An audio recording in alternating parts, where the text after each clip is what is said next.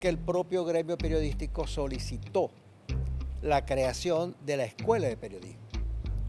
Eso es un hito muy importante que ha unido siempre al periodista profesional y a las escuelas de comunicación social. Es un nexo importantísimo que se ha mantenido hasta hoy. En la etapa después del 58, evidentemente la dictadura, ya sabemos lo que puede haber pasado en la dictadura de Pérez Jiménez, y ya con el gobierno de Betancur y los otros gobiernos, siempre hubo roces, sobre todo porque la primera etapa de la democracia entre Betancur y Leoni, recordemos que hubo una época de violencia guerrillera. Había muchos periodistas de izquierda que de alguna manera simpatizaban con estos planteamientos. Y además el contexto en América Latina movía hacia ese tipo de enfrentamientos por la influencia cubana, ¿no? Y algo muy importante en el periodismo es que el punto de atracción central de tal cual o de algún periódico, en este caso fue el editorial, cosa que nunca sucedía, salvo en el periodismo de la independencia, ¿no? Que no había periodismo informativo sino editorial. Resulta que el editorial era la clave del periódico. Y para 2013 Venezuela tenía 115 diarios, que es una cifra bastante alta incluso a nivel latinoamericano, tomando en cuenta la población. 115 diarios es una cantidad enorme de periódicos. Lo produjo que un desarrollo de la libertad que llegó hasta esos años y también hubo un impulso que dio, por cierto, Carlos Andrés Pérez cuando se crearon planes de financiamiento para compra de papel y para producción de periódicos. Entonces eso fue muy importante, eso impulsó mucho la aparición de medios de comunicación en Venezuela.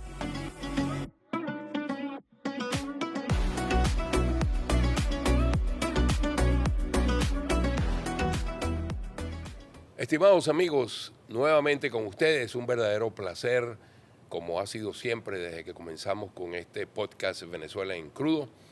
Y hoy tenemos como invitado a un destacado periodista venezolano cuya trayectoria profesional se distingue por su profundo compromiso con la comunicación social. Fue una figura central en el periodo durante el cual se defendió y promovió activamente la ley del ejercicio de periodismo. Nuestro invitado fue uno de los artífices principales de un equipo que trabajó en esto. Fue un instrumento jurídico fundamental a nuestro modo de ver las cosas desde 1972 que confirió autoridad y relevancia a la profesión en Venezuela. Además de su labor gremial con la cual nos identificamos, Orozco ha sido un influyente profesor de las escuelas de comunicación social en la Universidad Central de Venezuela y en la Universidad Católica Andrés Bello, actualmente jubilado de allí. Recibió el Premio Nacional de Periodismo y es reconocido por ser el autor del libro Edición de Diarios. Desde 2017 reside acá en Florida, donde ha publicado el quincenario Acento News.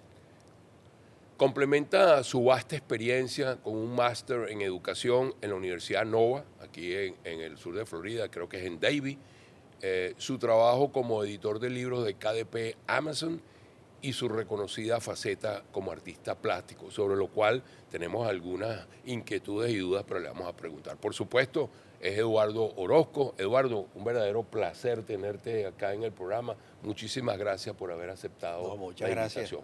Muchas gracias a ti por la invitación.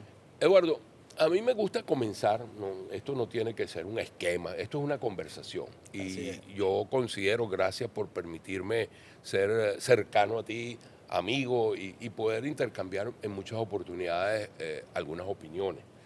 Generalmente coincidentes, a veces disidentes, pero de eso se trata.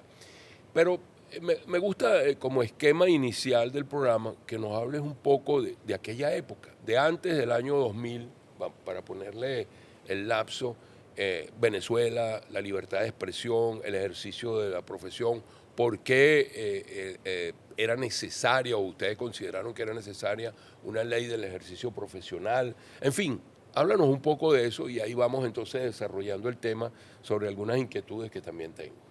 Bueno, de nuevo, gracias por la oportunidad. Sí, ciertamente, bueno, este es un tema largo, ¿no? Así que vamos a tratar de resumir un poco los aspectos que vamos a desarrollar en la conversación. Pero bueno, el periodismo en Venezuela, como en muchas partes, está hoy en plena crisis en todo el mundo por razones más que todo de tipo tecnológico, por los cambios culturales producidos por la tecnología. En Venezuela es una profesión de larga data donde se ha pasado por muchas etapas. Como tú lo mencionas, hubo una época que todos añoramos de libertad, de desarrollo, de grandes medios de comunicación, tanto impresos como los medios de la televisión. Y en ese campo se desarrolló la profesión de periodista, que arranca como profesión, como actividad profesional, arranca de los años 40, ¿no? La primera ley de ejercicio, como tú dijiste, en la cual no participé yo, en la primera ley de ejercicio se aprueba en el año 72. Y eso fue una solicitud del gremio periodístico. Eso es muy importante porque generalmente las leyes profesionales son solicitudes de los gremios, pero realmente son casi favores de los gobiernos en muchos casos.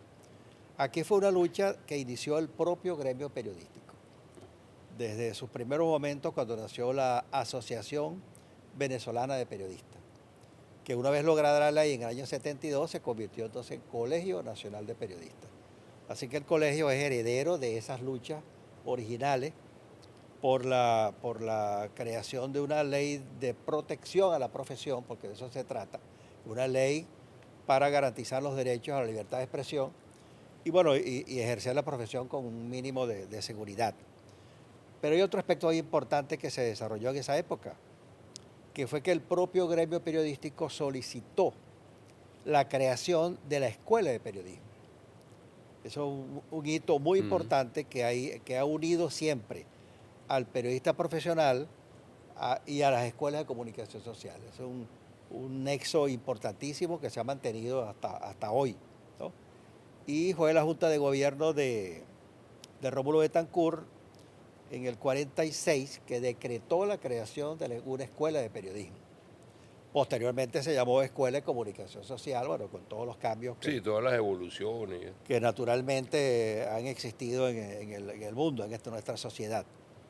Así que bueno, arranca primero la ABP, después el Colegio de Periodistas y se desarrolla ya un gremio Posterior también profesional. hubo, si no recuerdo mal, el Sindicato Nacional de Trabajadores de la Prensa. Sí, eso se creó en el año 46 aproximadamente. Ajá. Nació un sindicato un poco con la idea de meterse en los problemas laborales, por Laborales. supuesto, Ajá. mientras que el colegio se ocupaba de los problemas profesionales Profesionales, y los problemas correcto. legales de la profesión.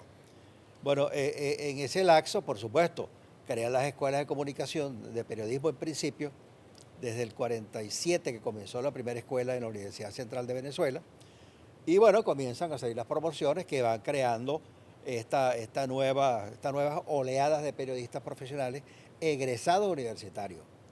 Porque los creadores de la idea y de la lucha por la creación del colegio no eran egresados profesionales, no eran egresados universitarios.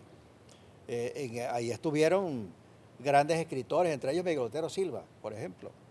Que fue director del Nacional. Que Digamos, fue director del fundador. Nacional, que reconocido escritor venezolano. Y mucha gente pues de mucha importancia en el campo de la literatura. Es más, las primeras reuniones se hacían en la Asociación de Escritores de Venezuela. El caso es que cuando llegamos a estas épocas, llegó un momento que fue necesario reformar la ley de ejercicio del periodismo. Que ahí es donde está mi participación, porque ya fue muchos años después. Esta es una lucha que comienza en 1980, cuando Gilberto Alcalá, que era presidente del Colegio de Periodistas, introduce un proyecto de reforma de la ley para actualizarla en diversas formas, porque la primera ley se aprobó, pero salió muy maltratada. Bueno, por todas las presiones que se ejercen en torno a una ley de esta categoría. Entonces ya, eso, fíjate, desde el 1980 pasaron 14 años. Ahí me correspondió, como tú lo decías al principio, el lapso de los años 90. Yo estoy en el colegio, presidente del Colegio de Periodistas desde el 91, y en el 94 se aprueba la nueva ley de ejercicio, que es la actual ley vigente de ejercicio del periodismo. Así que fue un trabajo continuo de todos los equipos que pasaron por allí. En realidad ahí se logró siempre una gran unidad de criterio, que fue un factor fundamental para que esa ley finalmente se aprobara, ¿no? Yo tengo un par de preguntas, porque la duda y el desconocimiento probablemente que tengo de la materia, ¿no? Pero me gustaría hacértela. Sin embargo, antes de ir a las preguntas específicas, yo solamente quiero poner en el contexto que estamos conversando con un periodista, ya lo dije al principio, emblemático en la profesión en Venezuela, Eduardo Orozco, quien ha tenido pues un gesto positivo de aceptar esta invitación a conversar con nosotros, que no es una entrevista. Yo sería incapaz de pretender entrevistar a Eduardo Orozco. Eso es absolutamente increíble, no lo podría hacer. Y él ha aceptado, está con nosotros y estamos haciendo el preámbulo de una entrevista que con toda certeza va a dejar muchas cosas importantes para ustedes. Les recuerdo que pueden mantenerse activos con nosotros en las redes sociales, en las diferentes plataformas que tiene PDVSA Ad Hoc y en su programa podcast Venezuela en Crudo. Si ustedes escuchan algunos ruidos, unos truenos, es porque está cayendo un verdadero diluvio y no hay forma que esto no se filtre de alguna manera. Si no lo están escuchando, pues muy bien, no ha pasado nada.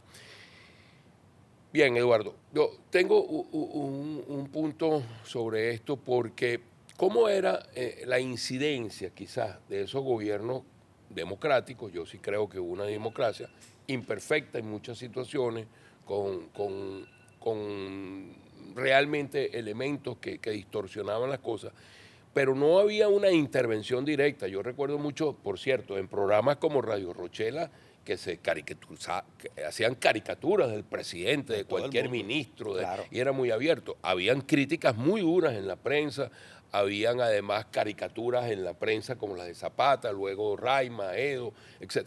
Pero la pregunta es, ¿cómo era ese lidiar con el ambiente político desde el Colegio Nacional del Periodista y desde el sindicato también en algunas materias que tenían que ver con la parte, digamos, del trabajo, de los derechos laborales? Claro. Bueno, tú sabes muy bien que hay una evolución histórica política del país y eso incide en todas las actividades del ser humano, pues, del venezolano.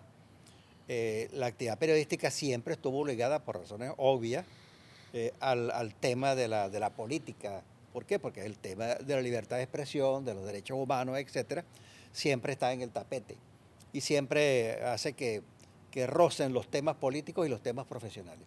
Así que no se puede decir que nunca se tocó un periodista, ni se puede decir que hubo un país ideal, que aquello era un paraíso. No, hubo bastantes complicaciones desde el principio, sobre todo en la etapa después del 58, evidentemente la dictadura, ya sabemos lo que puede haber pasado en la dictadura de Pérez Jiménez, y ya con el gobierno de Betancur y los otros gobiernos, siempre hubo roces, sobre todo porque la primera etapa de la democracia, entre Betancur y Leoni, recordemos que hubo una época de violencia guerrillera. Claro. Había muchos periodistas de izquierda que de alguna manera simpatizaban con estos planteamientos. Y además el contexto en América Latina movía hacia ese tipo de enfrentamientos por la influencia cubana, ¿no? Así que, por ejemplo, hay un periódico de la izquierda de aquella época, que era el periódico Clarín, que fue allanado varias veces por el gobierno de Betancur, ¿no? Y hubo periodistas presos, ¿no? Ahí se hizo famoso, por ejemplo, José Vicente Rangel y otros periodistas importantes, ¿no? Porque, bueno, había un conflicto permanente por el enfoque político y era un gremio bastante ideologizado. Incluso la revista El Periodista, la estuve revisando recientemente, y toda esa época estaba llena de materiales contra el sistema, como se decía, a favor de la Revolución Cubana, etcétera. Entonces, evidentemente eso creaba un enfrentamiento que explotaba de repente con un allanamiento, con unos presos, etcétera. Pero ese clima fue pasando. A medida que se fue logrando la paz en el país, ese clima fue creando las condiciones para un ejercicio pleno de la libertad de expresión y un respeto completo al periodismo y a los medios. Así que ahí no se puede decir que empeoró, todo lo contrario, fue mejorando, se fue fortaleciendo el sistema democrático, se fortaleció, bueno, no solamente el gremio periodístico, todos los gremios profesionales fueron adquiriendo consistencia porque el país creció y el país maduró y el país entendió que necesitaba de esos valores de la democracia, fundamentalmente de la libertad de expresión, que es la base del ejercicio periodístico. Sí. Y eso creó entonces un clima de mayor tranquilidad entre todos. Yo recuerdo ese tipo de ambiente perfectamente bien, y sobre todo en la década de los 90, ya cuando se vuelve otra vez convulsivo. Ya teníamos el 89, lo que había pasado, el intento de golpe de Estado en el 92, la destitución de Carlos Andrés Pérez, la forma como eso tuvo cobertura en los medios, a mí siempre me llamó poderosamente la atención. Creo que en la gran mayoría, puedo estar equivocado, es una percepción, fue un tratamiento bastante objetivo y muy claro. Se dijeron muchas cosas que quizás desde el punto de vista político no querían que se dijeran, pero se decían. Claro. Yo creo que lo sentía yo, corrígeme, sí, que los periodistas tenían un grado de libertad importante para expresar sus opiniones y hasta para hacer editoriales sobre una noticia determinada. Claro, porque la tendencia es, eso nunca ha dejado de ser así y hoy, con una situación completamente diferente, sigue siendo así. Es decir, me refiero a que siempre hay periodistas que van más allá del ejercicio profesional, comienzan a opinar, comienzan a convertirse en voceros y terminan haciendo trabajo político, ¿no? Hay muchos casos. Sobre esos casos fundamentalmente se concentró un poco la presión de los gobiernos. Pero evidentemente si nos quejábamos de eso, había que ver qué fue lo que vino después. Realmente no hay comparación con todo lo que se sancionó posteriormente a partir del gobierno de Chávez. Sí, quizás no lo expreso bien, otra vez, no es mi área de competencia, pero como ciudadano yo percibía que había muchos más periodistas que hacían periodismo de investigación. Sí, como Iban mucho, como tú dices, al fondo y lo publicaban. Claro. En contra de algunos entes políticos. Y muchas investigaciones. Efectivamente. Que tocaban a políticos o tocaban a empresarios o tocaban a personalidades de cualquier tipo. Eso sucedía mucho porque los medios tenían una gran fortaleza. Medios como el Nacional, el Universal, Últimas Noticias de esa época eran periódicos respetados, respetables y que lograban crear un clima de credibilidad en torno a ese tipo de trabajo. Eso sucedió muchas veces y caracterizó el periodismo de esos años. Fíjate, ya acercándonos a la parte del gran cambio que hubo en Venezuela, quizás el cambio se produce en las elecciones del 98 y comienza en el 99, pero yo creo que lo empezamos a percibir con mayor crudeza en el año 2000. Pero ese es un tema que quiero abordar posterior. Pues ahora solamente podría decirte, mira, yo he estado muy identificado, Eduardo, y realmente porque también tuve una inclinación hacia lo gremial. Yo pasé desde el año 89 hasta el año 2002 en la Sociedad Venezolana de Ingenieros de Petróleo. Tuve la oportunidad de presidirla en varias oportunidades dentro del Colegio de Ingenieros.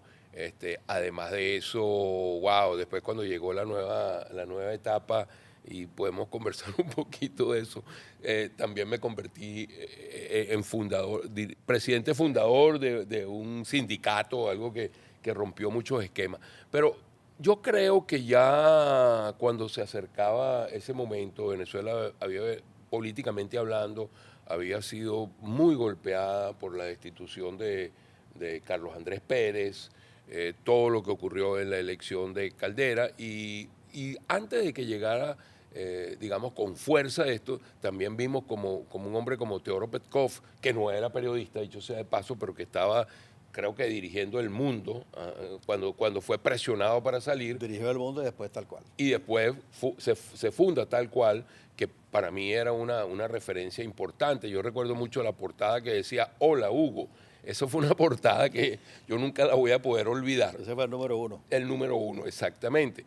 Entonces, esas cosas dan para mucho, porque dice, bueno, ya estábamos previendo para dónde íbamos, había una sensación de que políticamente el modelo se estaba agotando, que había que reinventarse, que cambiar. Quizás el mundo político no lo hizo a tiempo, no lo percibió de esa misma manera, pero yo recuerdo que todas digamos, las publicaciones iban en esa orientación.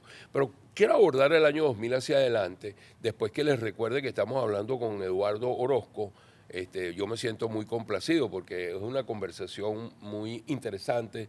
Para mí es un tema no cotidiano, no explorado, pero me encanta que podamos hablar de esto y poder instruirme un poco más.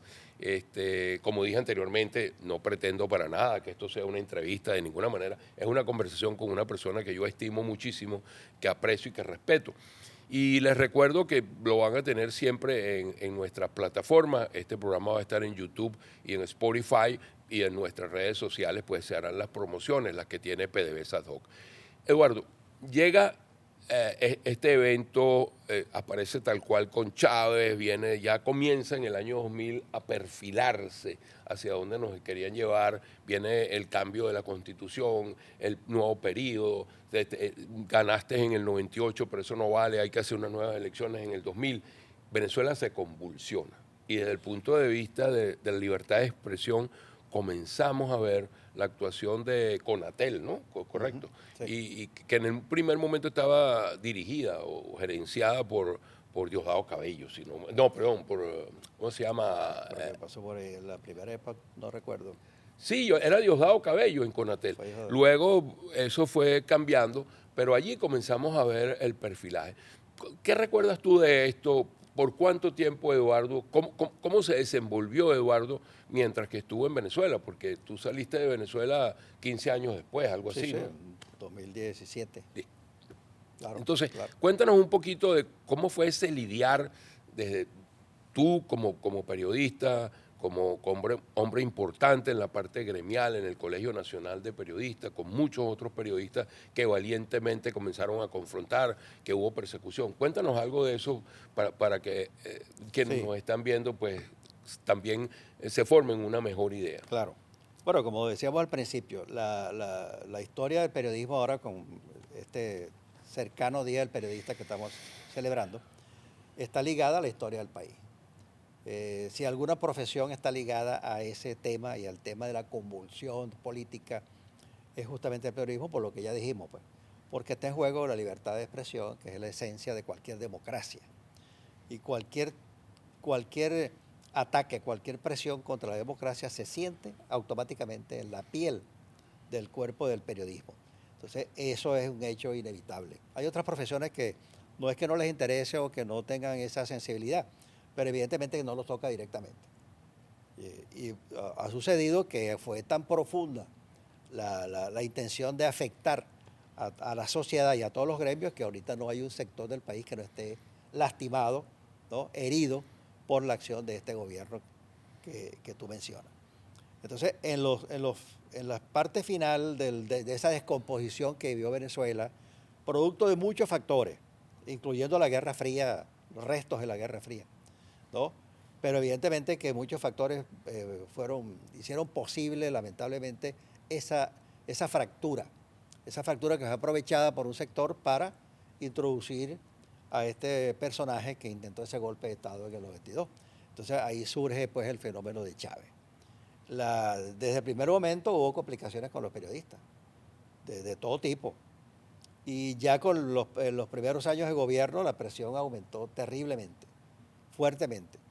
Lo denunció claramente Jorge Lavarría en un discurso memorable en la Asamblea Nacional, que estuvo en los primeros días con mucha gente, con Chávez, pero rápidamente se dio cuenta. O sea, él tenía una revista que se llamaba Resumen, ¿no? Resumen, sí, ¿no? Un gran editor, un personaje de mucha pasión por el tema político y pronunció pues ese discurso importantísimo cuando rompe con Chávez. Eso retrató realmente la situación que se estaba viviendo de ruptura, de irrespeto a la Constitución y de populismo, ¿no? Desarrollado por Chávez y bueno, todo lo que vino después. Estamos hablando del año 2000, 2001, ya se van produciendo las primeras confrontaciones. En el caso de Teodoro Pekov, que inicia una lucha contra el gobierno desde el mundo, fue llamado por la gente de la cadena Capriles, pero la cadena Capriles no aguantó la presión del gobierno, sale Teodoro Pekov.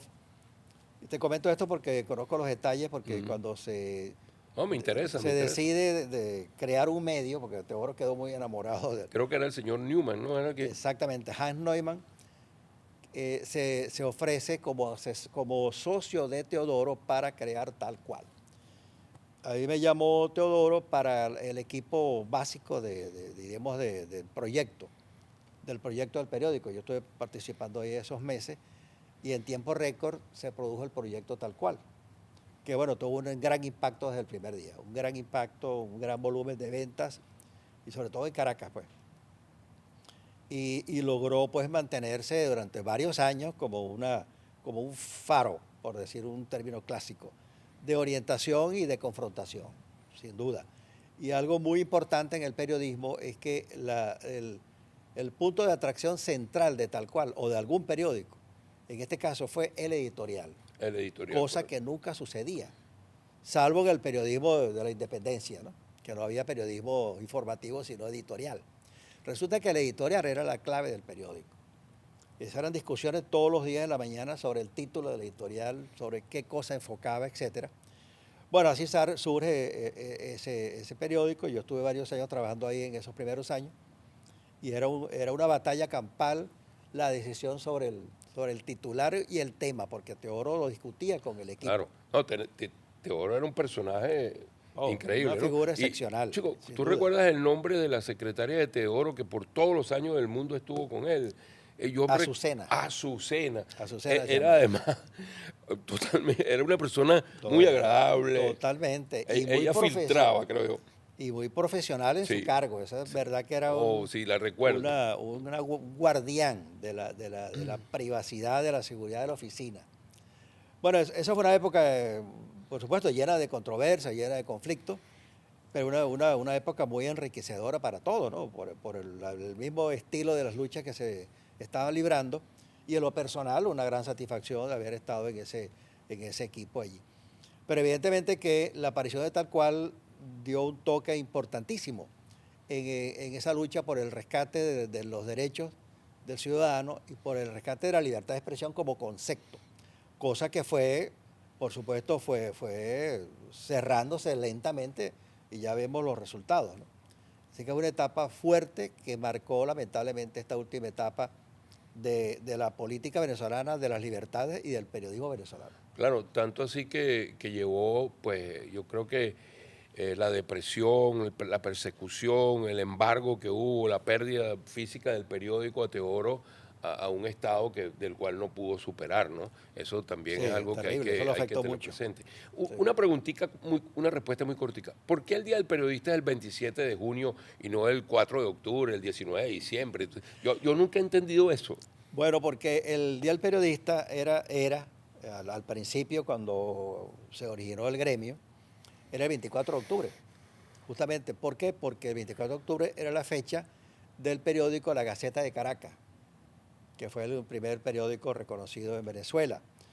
Pero pasaron unos años y un periodista bastante acucioso, que es Guillermo García Ponce, que estaba preso, estaba preso, era uno de los periodistas presos, desde la cárcel a una convención de periodistas mandó la propuesta de que no puede ser que sea 24 de octubre, día de la Gaceta de Caracas, que es el periódico de los realistas, ¿no? De los españoles, Correcto. la fecha de los periodistas. Entonces propuso la fecha 27 de junio, que es la fecha de 1818, que es cuando nace el Correo de Orinoco, que es el periódico de Simón Bolívar. Entonces realmente un argumento, bueno, que no aguantó mucho, todo el mundo por unanimidad aprobó en el año 64 cambiar la fecha, y así aparece en la ley de periodismo. La fecha es 27 de junio, que estamos celebrando actualmente. Claro, excelente. Para mí es una cuestión informativa porque siempre había tenido esa curiosidad y nunca la había preguntado, pero siempre decía, ¿pero por qué el 27 de junio? Bueno, ya lo entiendo, lo tengo claro y además me parece excelente. Y así como también me parece excelente esta conversación que estamos teniendo con Eduardo Orozco, con quien nos acompaña el día de hoy en esta nueva emisión de su podcast Venezuela en Crudo, que ustedes van a tener en las redes de YouTube, de Spotify y en nuestras redes sociales de PDVSA Ad Hoc. Fíjate, Eduardo, viene ese deterioro creciente porque comienzan a cerrarse medios de comunicación de todo tipo. De todo tipo. Escrito, Radio, radio, televisión, amenazas, Radio Caracas Televisión, en fin, hay la persecución entonces a periodistas, muchos periodistas comienzan a salir de Venezuela, a buscar otros destinos.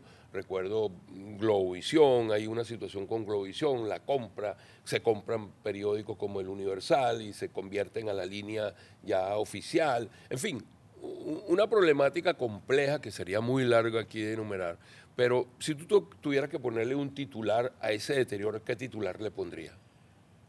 Silencio. Se está buscando silenciar a la opinión pública, que es lo que revela pues el carácter autoritario del chavismo, ¿no? Fíjate que yo recuerdo que aquí hubo un evento, por cierto, acá en Miami, me invitaron, yo estaba en Venezuela todavía, en 2013. Es un momento interesante porque en 2013 se producen muchas cosas que afectan a los medios y afectan a los periodistas. Y para 2013 Venezuela tenía 115 diarios, que es una cifra bastante alta incluso a nivel latinoamericano, tomando en cuenta la población. 115 diarios es una cantidad enorme de periódicos. En Caracas creo que eran 12 diarios. Y en el interior del país, el estado de Anzoátegui tenía 12 diarios. Wow. Una cifra altísima. Uno decía a veces, bueno, pero ¿por qué tanto periódico? Bueno, pero había eso, lo produjo que un desarrollo de la libertad que llegó hasta esos años.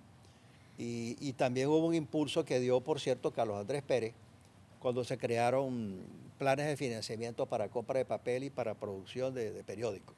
Entonces, eso fue muy importante, eso impulsó mucho la aparición de medios de comunicación en Venezuela.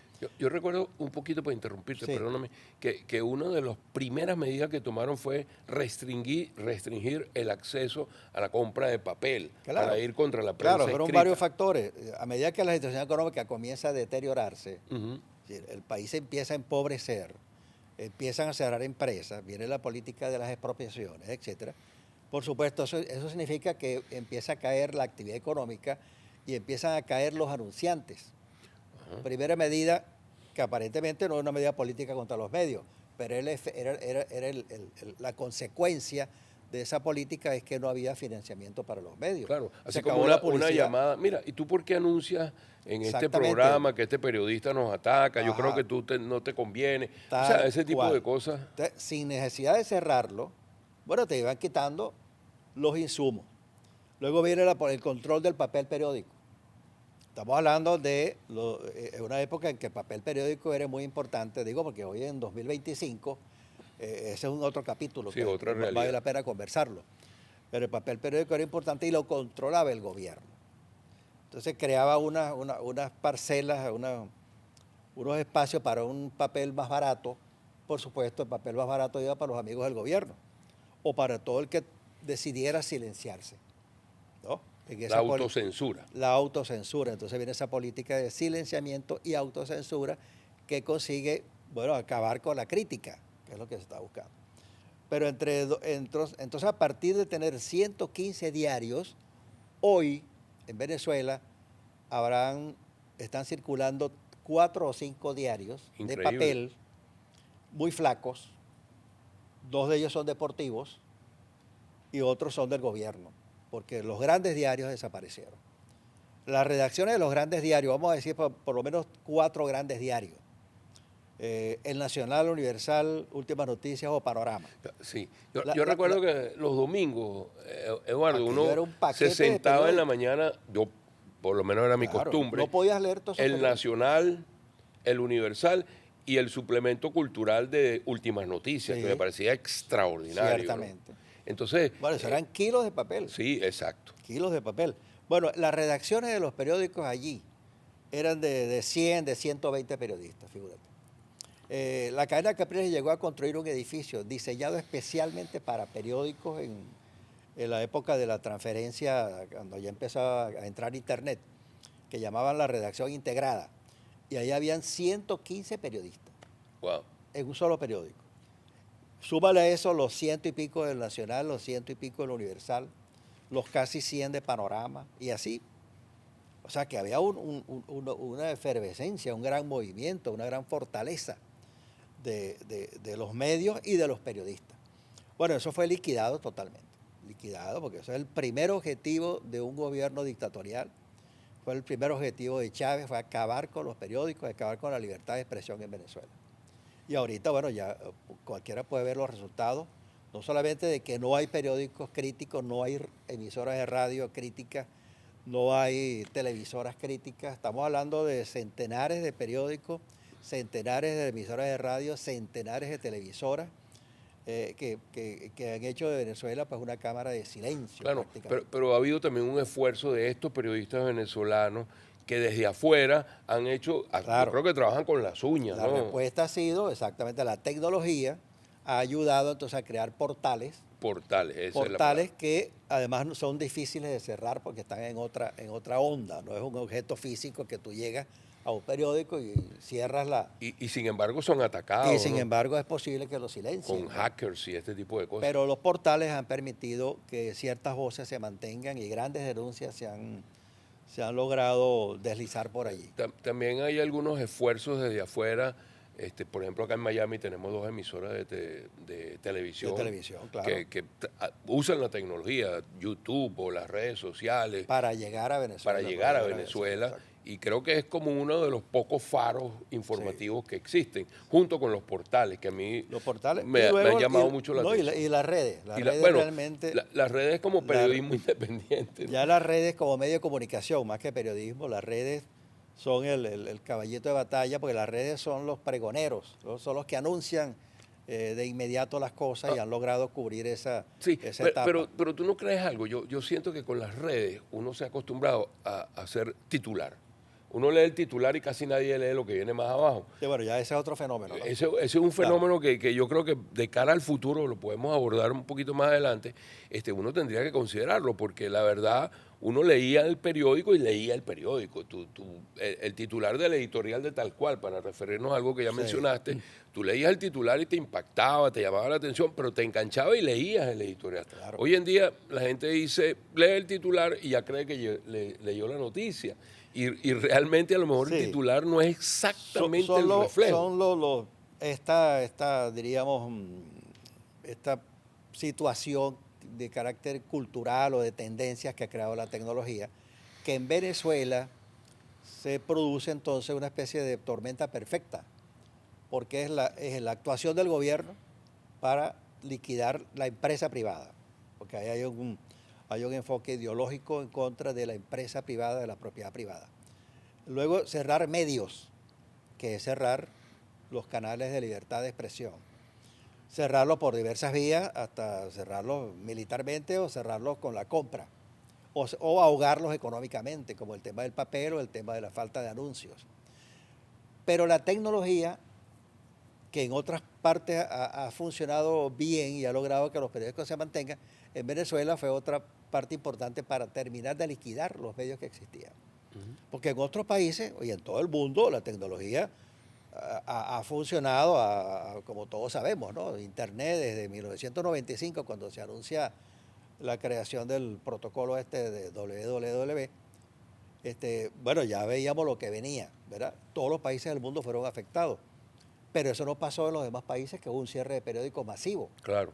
No, al contrario, se prepararon con tiempo, desarrollaron sus canales, sus portales, se tecnificaron y hoy todavía vemos que el periódico de papel, me refiero al periódico de papel, tiene una gran fuerza y tienen el fenómeno de España, de Argentina, sí, claro, el propio Estados Unidos, etcétera, que ha mantenido los periódicos como esa fuente inagotable de información y sobre todo de credibilidad. Y pero ahí entra un fenómeno que había que estudiarlo con más calma luego, que es que las redes no son creíbles. Sí, es verdad que anuncian rápido, es verdad que te informas rápido, claro, pero ahorita todo el mundo lee un titular. Sí, la inmediatez. Dice, déjame chequearlo. La inmediatez. Mira, déjame checarlo a ver si es verdad. A mí me gustaría conversar contigo un poco, tres temas que creo que me faltan por allí. Uno, eso, ¿cómo llegó Eduardo acá? Y ¿cuál fue su primera reacción al llegar aquí? Totalmente distinto, por no decir otra cosa. Segundo, creo que me gustaría ver si puedes pensarnos un poquito eso que estás hablando. Cómo de cara al futuro y asumiendo cambio en el modelo político de conducción del país en Venezuela, me refiero, ¿cómo podrían los periodistas, tomando en cuenta todo esto que hay hoy en el mundo, todas estas plataformas, los avances de la inteligencia artificial, la tecnología y la sensación de inmediatez, cómo nos preparamos para eso? La formación de los periodistas también tiene que ser distinta. Claro. Y lo último que tengo es una gran curiosidad, Eduardo. Yo quiero que me lo digas de último. ¿Cómo Eduardo, un periodista, ya lo he dicho varias veces, emblemático, que tiene toda una trayectoria extraordinaria, cómo es que Eduardo evoluciona a ser un artista plástico, un pintor? Yo he visto periodistas que son escritores, pero pintores no lo sé, a lo mejor sí hay, pero ¿cómo ocurrió eso? Pero hablemos un poquito en ese orden de lo... Me lo recuerda que el último segmento. Sí. Sí, el tema es un tema muy amplio, el tema de la tecnología con la creciente presencia virtual de medios y de verdades o de la posverdad, que ya todo ahorita está en discusión realmente, ¿no? Eso es un tema que coincide con toda la evolución cultural de la actual sociedad. Los cambios han sido tremendos, ¿verdad? Que nosotros podemos ser privilegiados de haber presenciado cambios espectaculares en la vida de los seres humanos, en la vida de los países, ¿no? Desde haber visto periódicos hechos en imprenta de plomo, cuando se imprimía en plomo, la gente no sabe, Correcto. eso hay que explicarlo muy lentamente después, pero los periódicos salían en plomo primero, y ahorita los periódicos son virtuales, y sucedió mientras estamos vivos. Esos cambios anteriormente tardaban 100 años, 200 años. De la invención de la imprenta a la aparición del linotipo, pasaron 300 años, que son dos aspectos importantes de la evolución de los periódicos. Del linotipo, que es de 1886, algo así, a la rotativa, pasaron 100 años. De la rotativa por ejemplo, a la radio, que fue el primero que compitió con la imprenta, pasaron 30 años. De la radio a la televisión, pasaron más o menos 30 años, 25 años. De la televisión a internet, eso fueron 30, 40 años, y ahora estamos en inteligencia artificial, o sea, en un periodo de tiempo cada vez más breve, más cercano. Por ejemplo, cuando uno dice, bueno, dentro de 15 años o 20 años veremos robots, no, recórtenlo, porque eso va a ser pasado mañana. Estaremos viendo ya robots en servicio. La velocidad de avance. En servicio, es decir, ya están. Ya están. Simplemente que no son comerciales todavía. Porque todo eso está inventado. Toda la tecnología de este programa, en pocos años, no era esto, era un gran estudio con grandes máquinas, con grandes aparatos, con aquellos camarógrafos que cargaban encima 50 kilos de equipo. No puede ser. Pero todo eso nos ha afectado, pero más aún ha afectado a Venezuela.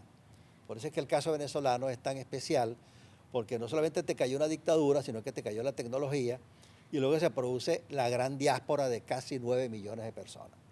Una cosa increíble que debe llamar la atención del mundo entero. Y es un país que tiene presos políticos, no olvidemos que es un país que tiene casi 1.000 presos políticos.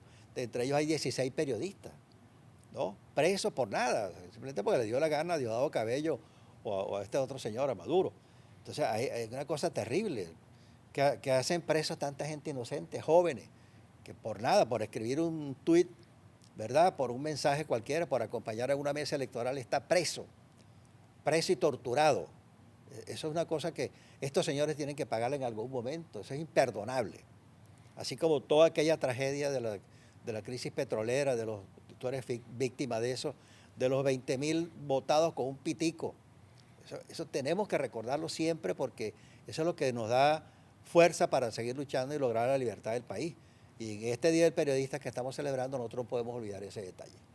Es demasiado importante. Entonces, eso es esa situación hay que estudiarla incluso en tiempos normales y en estos tiempos, ¿no? Cómo asimilar todos estos cambios, cómo asimilar todos los cambios que se han producido en la comunicación, en el desarrollo del derecho a la libertad de expresión o en el desarrollo de los medios, cómo nos afecta a nosotros como nuevo país. Y la formación de los nuevos periodistas. Claro. Ahorita estoy viendo que las escuelas están incorporando rápidamente el tema de de toda la tecnología. Sigue muy atrasada porque eso no es fácil tampoco cambiar un penso de un día para otro. E incluso en el caso de Venezuela no están los expertos. Los expertos se han ido. Ese es otro tema. ¿Cómo tú te pones al día en una escuela de comunicación social cuando los que sabían no están? Claro. Es el tema de petróleo, que tú lo conoces mejor que yo, no están los que saben. Eso pasa también en la medicina y pasa en la ingeniería y pasa en muchos aspectos, No, ¿no? y creo que temas, Entonces, temas y materias como era la ética, yo recuerdo a la profesora Gloria Cuenca en la Escuela así es de Periodismo de la Central. una gran voz de la ética venezolana en el Sí, periodismo, ¿no? y yo me imagino que esa materia hoy día, si es que existe, debe ser una ética totalmente diferente a la que nosotros conocemos. Eduardo, ajá, explícame, ¿cómo te convertiste? ¿Cómo llegaste ahora a ser artista plástico? Sí, bueno, te agradezco bastante la oportunidad porque yo poco hablo de eso, ¿no? No, pero yo quiero Resulta, que me hable porque, claro, porque es una curiosidad. sí. Bueno, a mí me preguntan, bueno, ¿cómo es eso que terminaste siendo artista incluso en la onda del abstraccionismo geométrico? Bueno, yo di clase en la Universidad Central de Venezuela durante 28 años y había un aspecto del pensum que era edición. Eso significa diseño, diagramación, aspectos técnicos, etcétera. Que le fuimos cambiando el nombre, pero era un poco eso, ¿no? El tema de la composición, el tema del diseño de periódico. Y mi libro, que tú mencionaste al principio, trata ese tema, el diseño de periódico. Irás ahí, me dice, bueno, el diseño de periódico es un trabajo de composición abstracta. Uno trabaja con composiciones geométricas, con rectángulos, con líneas, con volumen, con rayas, con elementos importantes de equilibrio, etcétera. Todos esos conceptos están en la base de lo que es el diseño de periódico. Con el agravante que en el periodismo no es suficiente una figura de un color, no, tienes que decir algo. Entonces hay una exigencia, hay que comunicar un mensaje. El caso es que yo tuve todo el tiempo siempre bocetos de trabajos abstractos basados en la maqueta de los periódicos. Y eran bocetos abstractos, ahí no decía nada, eran cuadros y eran rectángulos y rayas y cosas de esas. Eran ejercicios de composición. Cuando me veo obligado a salir de Venezuela, y eso fue en el diciembre de 2017, fue un año bastante duro, como todos recuerdan, Sí. por otras circunstancias además, yo vengo acá y evidentemente ya yo estaba pintando en la onda, diríamos, paisajista. Yo hacía muchos ávilas, muchos bodegones, etcétera. Pero tenía esa inquietud. Al llegar acá, claro, hay un cambio, como todo el que ha vivido esta experiencia lo sabe, que además es una situación que dicen los expertos que eso dura 3 años para tú ubicarte, ¿no? En la nueva realidad. Cuando empiezas a conocer las calles y las autopistas, bueno, ya más o menos estás adaptado a Estados Unidos. Bueno, en ese lapso yo comencé a trabajar sobre esos bocetos y comienzo a producir cuadros de abstracción geométrica. Es decir, aparte que es abstracción, porque puede ser abstracción, puede ser expresionismo abstracto, que es una corriente muy norteamericana, por cierto, de los años 50. No, la abstracción geométrica nace incluso en los primeros años de los locos años 20 de Europa, con los grandes maestros Piet Mondrian, o una pintora que fue, por cierto, aprovecho para comentarlo, la madre del arte abstracto no es Vasily Kandinsky, como se ha dicho hasta ahora, que es el padre del arte abstracto. En este caso es una madre. Es Ilma af Klein, una sueca que pintó 6 años antes que Kandinsky estaba haciendo pintura abstracta. Pero no expuso su obra porque no quería, quién sabe por qué razones, por el ambiente mismo. ¿Y tú expones? Yo expongo, claro. Yo expongo ahorita. Es porque tú no me has invitado. ¿Vale? Ya lo invitaré. No. Entonces, el arte abstracto nace en esa época. Estamos hablando de los años 20. Casimir Malevich, que es el ruso, que es uno de los padres del abstraccionismo, es de 1905, algo así, un poco antes de la primera revolución rusa. Y todos esos fenómenos marcaron para siempre el arte moderno. Luego viene la escuela Bauhaus, que crea una escuela sobre arte y arquitectura, Y bueno, y se desencadena pues todo esto después de la Primera y la Segunda Guerra Mundial. Y aparecen muchos grupos. En América Latina también aparecen grupos. Está el grupo de arte concreto de Brasil, etcétera. Aparece el cinetismo en Venezuela, que Venezuela es una gran referencia mundial sobre el arte moderno. Bueno, y en esa onda, yo me anoto en esa onda y estoy trabajando en abstraccionismo geométrico. He hecho varias exposiciones y tengo preparadas algunas a las cuales te voy a invitar. Espero con el debido reclamo que me invites, porque no me has invitado. Por supuesto. Y bueno, ahora a la hora de decir muchísimas gracias, tengo que decir que el periodista y artista plástico, Eduardo Orozco, nos ha acompañado hoy. Sigo pendiente, yo conozco su trayectoria como periodista, no la conozco como pintor, pero le creo porque es un hombre de credibilidad. Espero cuando lo vea comentaremos en algún momento. Ha sido un verdadero placer conversar contigo, Eduardo. Igualmente. Yo por lo menos de mi parte me he sentido muy cómodo, he aprendido muchas cosas. Es para mí un reto poder conversar con una persona como tú que ha desarrollado toda esta área de comunicación social y uno aprende cuando uno está al lado de personas como tú. Así que ha sido un verdadero placer para todos nosotros. Muchísimas gracias a todos quienes están viendo el programa, el podcast Venezuela en Crudo.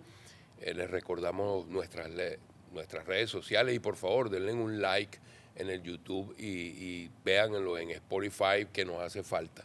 Así que muchísimas gracias a todos, un verdadero placer y hasta la próxima emisión.